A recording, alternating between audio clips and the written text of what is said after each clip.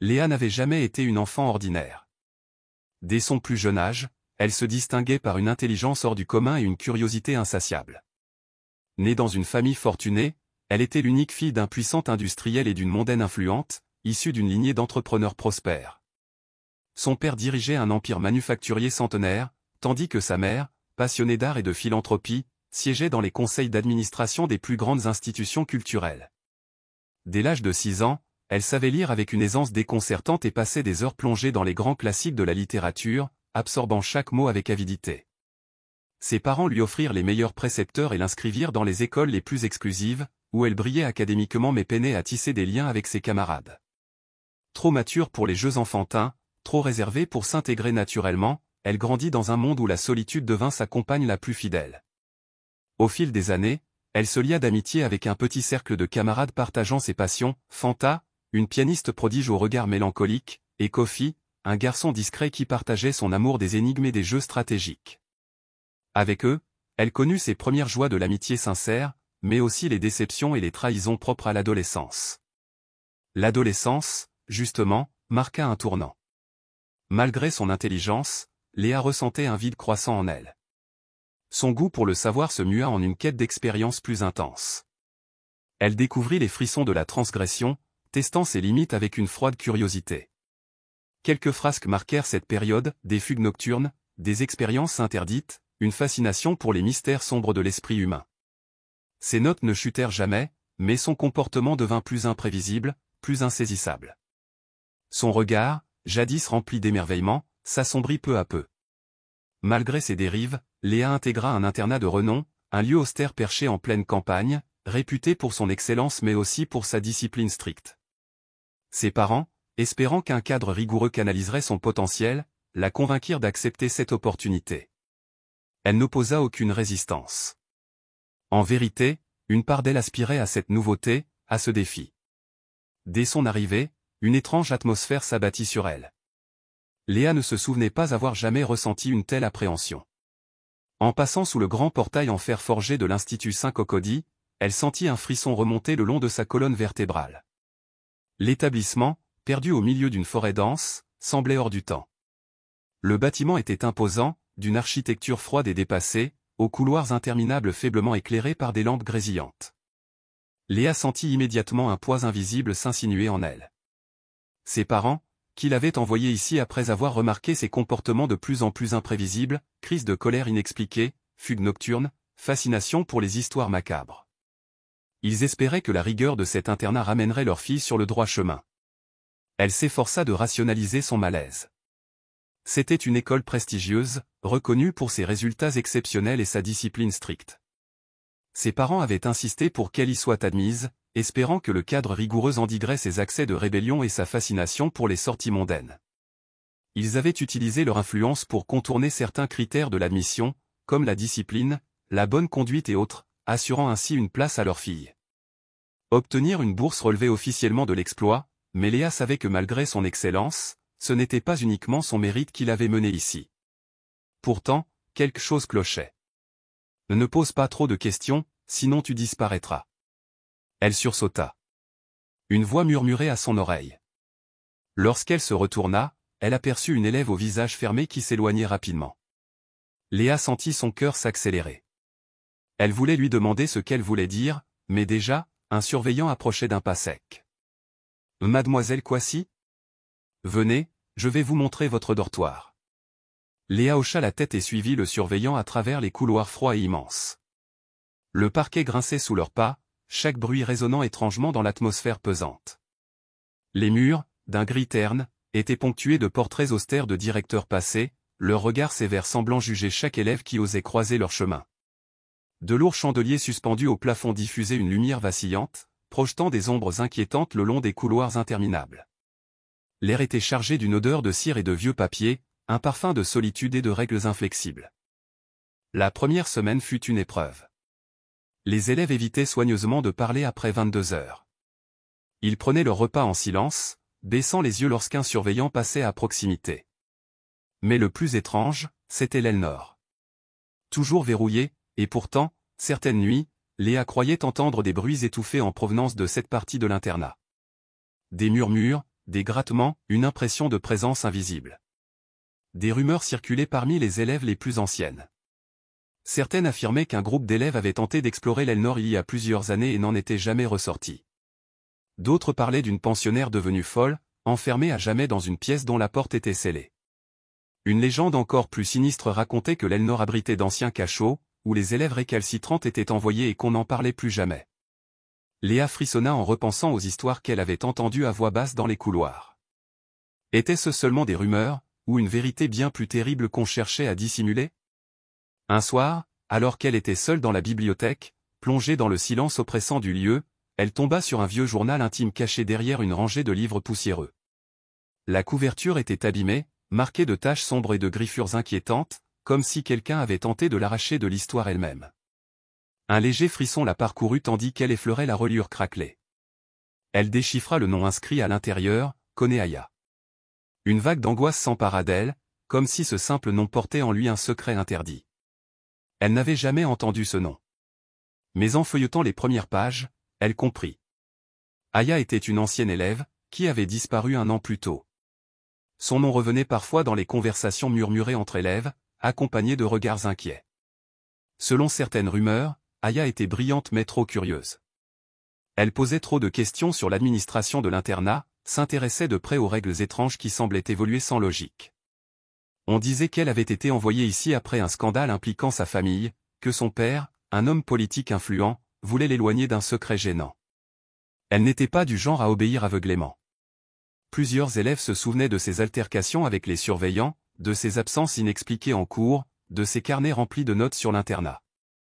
Puis, du jour au lendemain, elle avait disparu. Officiellement, on racontait qu'elle avait été transférée.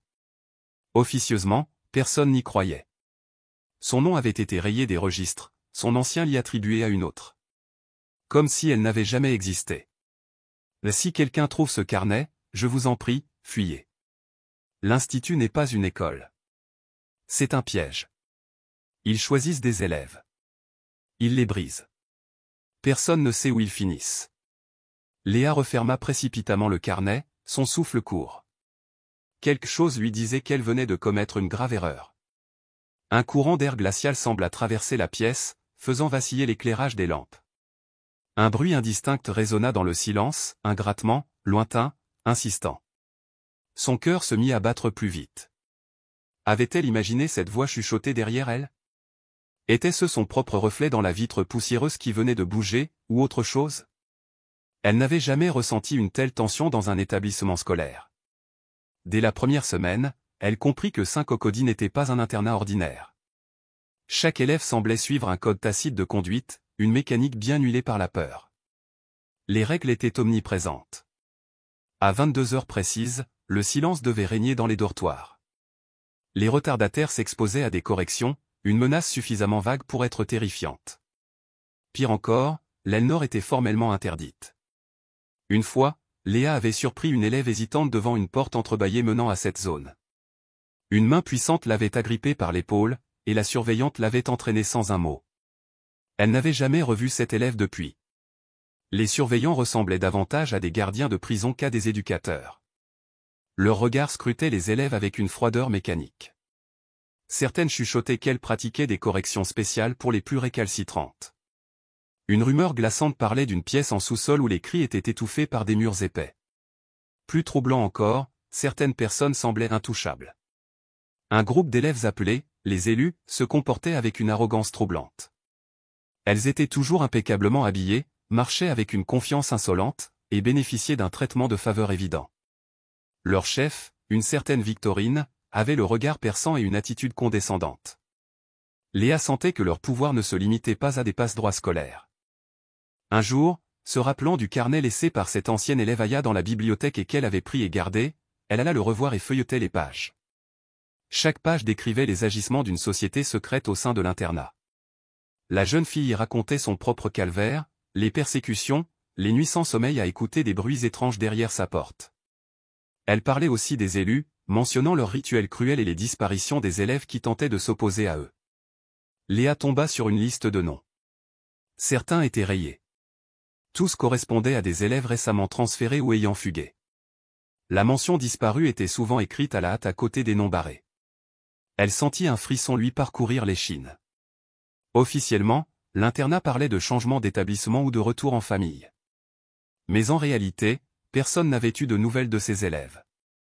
Aucune lettre, aucun message, aucune trace. Cette nuit-là, alors qu'elle retournait à son dortoir, elle aperçut une ombre furtive. Elle se plaqua contre le mur et tendit l'oreille.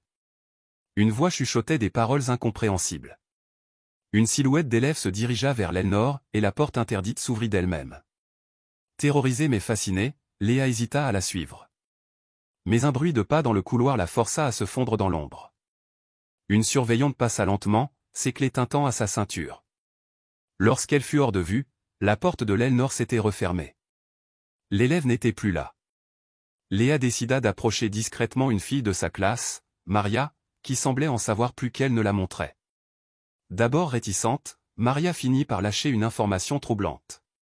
Les élus ne sont pas que des privilégiés. Elle recrute, et si tu refuses? Elle s'interrompit, scrutant les alentours, avant de reprendre à voix basse. Si tu refuses, tu disparais. Le cœur de Léa battait à tout rompre. Une organisation clandestine à l'intérieur même de l'internat? Quelque chose de plus sinistre encore? Elle devait en savoir plus. Mais alors qu'elle se retournait pour quitter la salle, elle sentit un frisson lui parcourir la nuque. Victorine se tenait là, souriant doucement. On t'observe, Léa. Elle ne dormit pas cette nuit-là. Depuis plusieurs jours, Léa sentait une menace invisible peser sur elle. Elle recevait des lettres anonymes lui intimant de fuir. Les messages étaient brefs, écrits d'une main tremblante, « Tu dois partir avant qu'il ne soit trop tard ». Plus troublant encore, un matin, elle retrouva son lit défait, comme si quelqu'un s'était glissé dedans en son absence. Le froid glacial qui envahit sa poitrine lui fit comprendre que cette menace était bien réelle. Un soir, alors qu'elle discutait avec son amie Samira de leur découverte, elles furent brusquement convoquées par une surveillante. Elle les mena dans une pièce obscure où plusieurs élèves masqués les attendaient. Les élus étaient là, alignés en demi-cercle, une bougie à la main. Léa et Samira furent forcées de s'agenouiller, tandis que Victorine s'avançait lentement. « Vous êtes trop curieuse » chuchota-t-elle d'une voix menaçante. « Et les curieuses doivent être remises à leur place. » Ce qui suivit fut un rituel d'intimidation terrifiant, des paroles murmurées dans l'obscurité, des éclats de rire sinistres, et le souffle chaud d'un inconnu effleurant leur nuque. Elles ressortirent tremblantes, comprenant que ce n'était qu'un avertissement, le prochain serait bien pire. Le lendemain, Léa fut convoquée dans le bureau de la directrice. Son visage affable et son ton rassurant contrastaient violemment avec ce qu'elle avait vécu la veille. « J'ai entendu dire que vous posiez beaucoup de questions, Léa, dit-elle avec un sourire maternel. Vous savez, il vaut parfois mieux ne pas chercher certaines réponses. » Elle tenta de sonder son regard, mais ce qu'elle y vit la glaça. Derrière la façade bienveillante, elle percevait une ombre menaçante, une femme qui savait, et qui cautionnait. Elle comprit alors que l'horreur ne faisait que commencer. Et là, tout bascule. Mais avant de vous révéler la suite de cette histoire captivante, prenez une seconde pour cliquer sur j'aime. Ce petit geste ne vous coûte rien, mais il m'aide énormément à partager cette histoire avec d'autres. Abonnez-vous et activez la cloche pour ne rien manquer des prochains récits, et surtout, dites-moi en commentaire ce que vous ressentez à ce stade de l'histoire. Vos avis comptent plus que vous ne l'imaginez. Prêt pour la suite? Accrochez-vous, car ça devient encore plus intense. Léa ouvrit les yeux dans une obscurité presque tangible, un voile épais qui pesait sur elle comme une chape de plomb. Un froid glacial s'insinuait jusque sous sa peau, mêlé à une moiteur poisseuse qui collait ses vêtements à son corps tremblant. L'air était chargé d'une odeur âcre de renfermé et d'humidité stagnante, un parfum rance de moisissure et de terre froide. Son souffle court se heurta au mur resserré, étouffant sa respiration dans une prison de ténèbres oppressantes. Chaque inspiration lui semblait un effort, comme si la pièce tout entière aspirait l'air hors de ses poumons. À côté d'elle, Samira émit un gémissement. « Où sommes-nous » chuchota-t-elle, sa voix tremblante. Léa n'en avait aucune idée. Tout ce dont elle se souvenait, c'étaient ces silhouettes masquées aux yeux vides qui les avaient encerclées dans le couloir du dortoir, leur respiration lente et calculée s'accordant avec l'écho inquiétant de leurs pas feutrés. Leurs murmures sifflants s'étaient insinués comme des serpents dans l'air lourd, leur glissant à l'oreille qu'elle n'aurait jamais dû poser de questions. Puis, une main froide s'était abattue sur sa bouche, un voile d'obscurité s'était refermé sur elle, et le monde avait disparu dans un gouffre sans fond. L'air sentait l'humidité et la poussière. Léa tendit une main en avant, ses doigts heurtèrent une surface rugueuse, un mur de béton. Lentement, ses yeux s'habituèrent aux ténèbres. « Regarde » souffla Samira en pointant du doigt un faible halo de lumière filtrant sous une porte en fer. Elles se traînèrent jusqu'à elle. Léa colla son oreille contre le métal froid. Aucun bruit.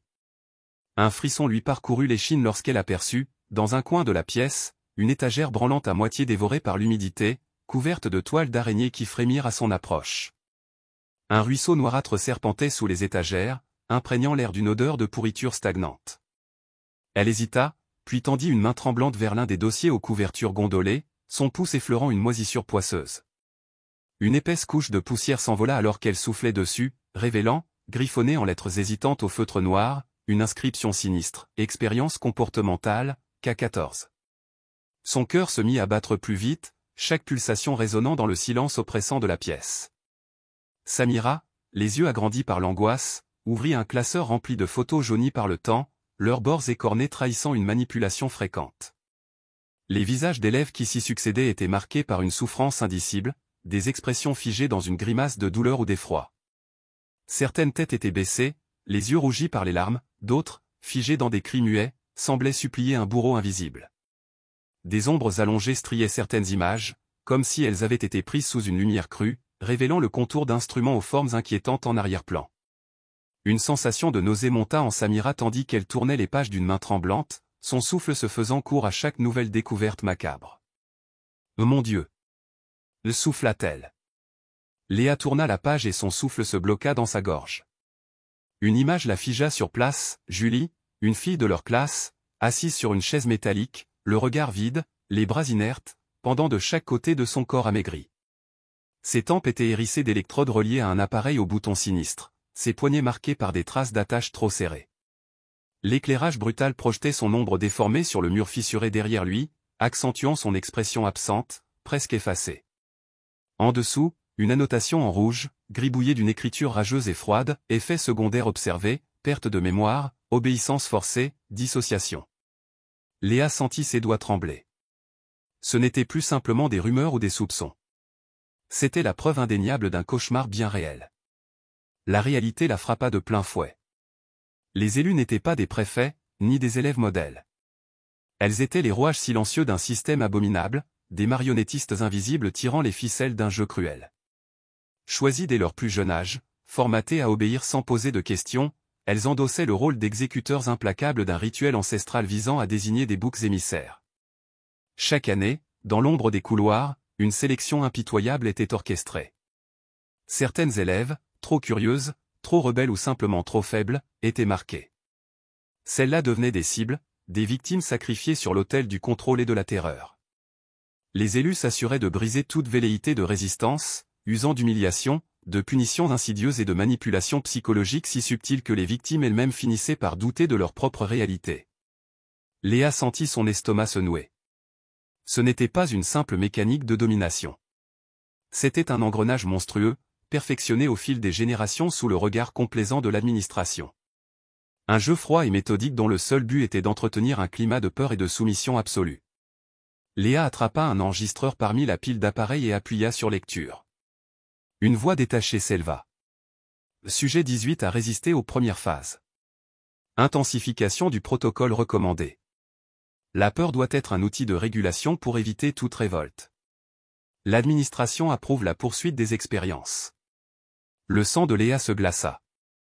Elle devait sortir d'ici. Mais comment? Léa était à genoux, le souffle court, le regard fixé sur la lame qu'on venait de glisser entre ses doigts tremblants. Autour d'elle, une dizaine de membres des élus l'observaient en silence, leurs visages masqués par l'ombre tremblotante des torchers accrochés au mur de pierre. La directrice s'avança, ses pas résonnant dans la salle souterraine. Tu as prouvé ta détermination, Léa, mais il reste une épreuve finale. Si tu veux faire partie des nôtres, tu dois montrer que tu es prête à tout. Elle fit un signe, et deux gardes amenèrent une fille, menottée, le visage tuméfié. Léa retint un cri en reconnaissant Hélène, l'une des rares qui avait toujours douté de l'organisation. Sa bouche était couverte de sang, mais ses yeux, eux, brillaient d'une révolte intacte. « Réexécute-la, Léa » Éprouve ta fidélité. Son cœur tambourinait à s'en briser. Tout son corps refusait cet acte, mais elle savait que la moindre hésitation pouvait lui être fatale. Ses pensées s'embrouillèrent, jusqu'au moment où une main frôla discrètement son bras. Léa. Le regard de son ami se planta dans le sien, une lueur d'urgence y brûlant. D'un mouvement imperceptible, elle lui fit comprendre qu'une issue existait. Que la soumission n'était pas la seule option. Léa releva la lame, feignant d'obéir. Mais au dernier instant, elle la retourna, et dans un éclair de mouvement, trancha la corde qui retenait Hélène. Une fraction de seconde plus tard, Léa frappa une des gardes et attrapa la main de Hélène. « Cours !» Elles s'enfoncèrent dans les couloirs interdits, les cris des élus résonnant derrière elles. Léa sentait l'adrénaline pulser dans ses tempes. Les pas lourds des poursuivants martelaient le sol, les lumières vacillantes projetant leurs ombres distordues sur les murs. « Par ici !» Léa la tira brusquement sur la gauche, empruntant un passage étroit qu'elles refermèrent juste à temps. Des voix furieuses éclatèrent de l'autre côté. Elle n'avait que quelques secondes d'avance. « Où allons-nous » halta Hélène. « Vers la salle des archives. On a les preuves. Il faut juste les sortir d'ici. » Elles débouchèrent dans une immense pièce remplie de dossiers empilés, de disques durs et de caméras de surveillance. Léa s'affaira à ouvrir un compartiment caché dans un mur tandis que Hélène verrouillait la porte derrière elle. « Aide-moi » murmura Léa. Elles extraient une clé USB contenant des heures de vidéos compromettantes. Les rites de passage barbares, les punitions secrètes, les manipulations du directrice. Tout était là. Un bruit sourd fit vibrer la porte. Ils essayaient de l'enfoncer. Et il faut sortir d'ici, maintenant. Elles déclenchèrent le plan de secours de Léa. Un conduit d'aération menant aux sous-sols extérieurs. Léa se hissa en première, rampant dans l'espace étroit, sentant chaque battement de son cœur dans ses tempes. Hélène la suivit de près. Derrière elle, la porte explosa sous l'impact. Des cris s'élevèrent, des ombres s'agitant dans la pièce. Elles étaient à quelques mètres de la sortie. « Accroche-toi » souffla Léa. Elles chutèrent lourdement dans une ruelle déserte, l'air glacé s'engouffrant dans leurs poumons. Elles avaient réussi. Mais le combat n'était pas terminé. Elles coururent jusqu'au cybercafé de la ville. Léa brancha la clé USB et transféra les fichiers sur un serveur sécurisé. Léa, les mains tremblantes, composa le numéro des autorités. « J'ai des preuves. Ils doivent être arrêtés. » Quelques minutes plus tard, la police prit d'assaut l'enceinte des élus. La directrice fut arrêtée en direct, ses membres tentant de fuir sous les projecteurs des médias. Leurs visages, jadis cachés, étaient désormais exposés au monde entier. Léa, Samira et Hélène, haletantes, observèrent la scène depuis un écran. Les larmes coulaient sur leurs visages. Elles avaient survécu. Et plus encore, elles avaient gagné. « C'est fini » souffla Léa. Samira serra sa main dans la sienne. « Non. C'est juste le début. » L'affaire éclata comme un orage en pleine nuit. L'internat Saint-Cocody, autrefois si respecté, n'était plus qu'un nom terni par l'horreur et la manipulation. Lorsque les premières accusations furent rendues publiques, la presse s'empara de l'histoire avec avidité, révélant des détails insoutenables. Les victimes, longtemps réduites au silence par la peur et la honte, se mirent à parler. Leurs témoignages étaient d'une violence inouïe, des élèves forcés à des punitions humiliantes sous prétexte de discipline, des hurlements étouffés par des murs épais, des disparitions maquillées en fugue. Une ancienne pensionnaire, la voix tremblante, raconta comment elle avait été enfermée 3 jours dans un placard sans eau ni nourriture pour avoir osé défier l'autorité de la directrice. Une autre, une fille aujourd'hui adulte, avoua que plusieurs de ses camarades s'étaient volatilisés du jour au lendemain, leurs affaires disparaissant comme si jamais elles n'avaient existé. On nous disait qu'elles avaient été renvoyées, mais on savait que c'était faux, confia-t-elle, le regard hanté. La liste des crimes s'allongeait, un puissant fond de noirceur et d'abus. L'administration fut arrêtée en pleine nuit, emportée dans des voitures aux gyrophares tournoyants, tandis que des élèves et des anciennes pensionnaires se rassemblaient devant les grilles de l'internat en ruine. La directrice, ce monstre aux allures de bienfaitrice, tenta de nier l'évidence, mais les preuves étaient accablantes, des documents compromettants retrouvés dans son bureau, des registres falsifiés, des enregistrements audio de menaces adressées aux élèves récalcitrantes. Mais le scandale ne s'arrêta pas là. Plusieurs figures influentes de la ville, complices du directeur, tentèrent d'étouffer l'affaire. des pots de vin furent proposés aux enquêteurs, des pressions exercées sur des témoins clés.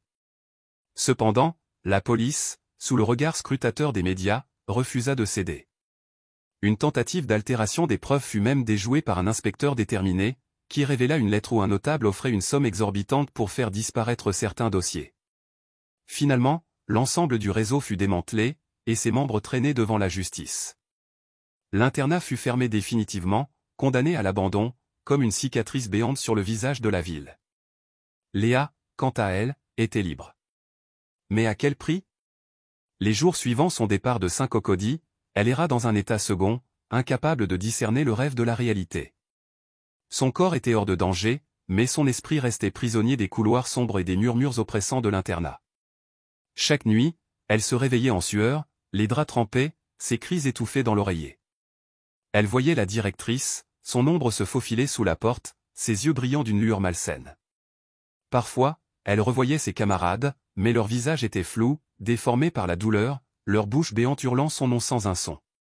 Elle tenta de se reconstruire, s'accrochant aux mains bienveillantes qui l'entouraient, mais le vide en elle semblait abyssal. Les flashbacks étaient imprévisibles, une porte qui claquait, une voix un peu trop autoritaire, une lumière trop vive, et tout revenait. Parfois, elle se retrouvait figée, le souffle court, persuadée d'entendre à nouveau les clés tournant dans la serrure de sa cellule. Il lui fallut des mois avant de supporter son propre reflet dans le miroir, sans y voir le fantôme de la fillette terrifiée qu'elle avait été. Un an passa. Le temps avait adouci les douleurs, mais pas les cicatrices. Léa reprenait peu à peu goût à la vie, bien que son regard portât toujours cette ombre qu'elle n'arrivait pas à chasser. Elle avait quitté la ville, cherchant un nouveau départ ailleurs, loin des souvenirs empoisonnés. Un matin d'automne, alors qu'elle rentrait chez elle après une journée de cours, elle trouva une enveloppe glissée sous sa porte. Aucune adresse, aucun expéditeur. Seulement une feuille blanche à l'intérieur, au centre de laquelle était écrit, d'une écriture qu'elle ne reconnut pas. À bientôt. Son souffle se coupa. Son cœur cogna violemment contre sa poitrine. L'air sembla s'épaissir autour d'elle. Elle observa la pièce autour d'elle, scrutant chaque recoin, chaque ombre. Ses mains tremblaient alors qu'elle refaisait le geste de déplier la lettre, comme si, cette fois, elle découvrirait un détail qu'elle n'avait pas vu auparavant. Rien. Juste ces deux mots terrifiants. Quelqu'un savait. Quelqu'un n'avait pas oublié.